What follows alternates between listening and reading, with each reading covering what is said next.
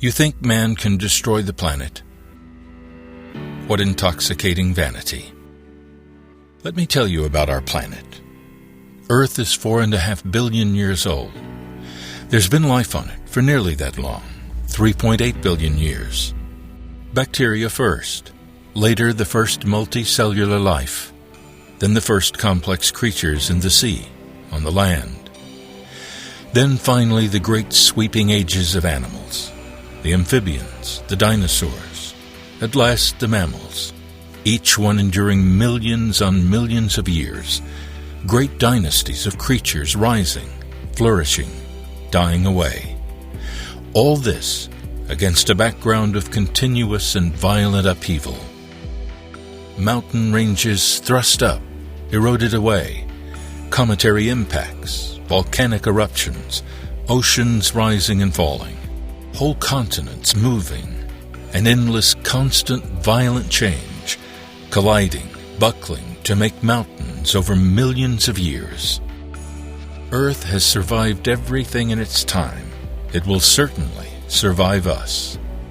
If all the nuclear weapons in the world went off at once, and all the plants, all the animals died, and the earth was sizzling hot for 100,000 years, life would survive, somewhere, under the soil, frozen in Arctic ice.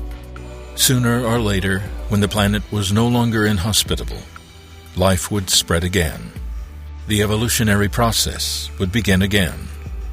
It might take a few billion years for life to regain its present variety. Of course, it would be very different from what it is now. But the earth would survive our folly. Only we would not. If the ozone layer gets thinner, ultraviolet radiation sears the earth. So what? Ultraviolet radiation is good for life. It's powerful energy. It promotes mutation, change. Many forms of life will thrive with more UV radiation. Many others will die out. Do you think this is the first time that's happened? Think about oxygen. Necessary for life now. But oxygen is actually a metabolic poison, a corrosive gas like fluorine.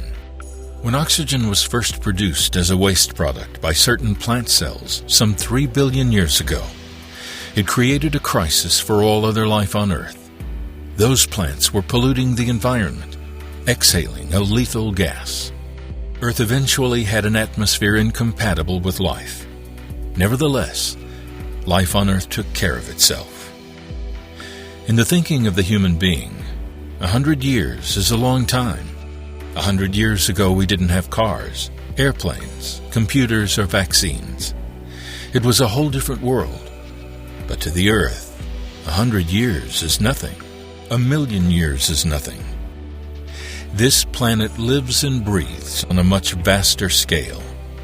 We can't imagine its slow and powerful rhythms, and we haven't got the humility to try.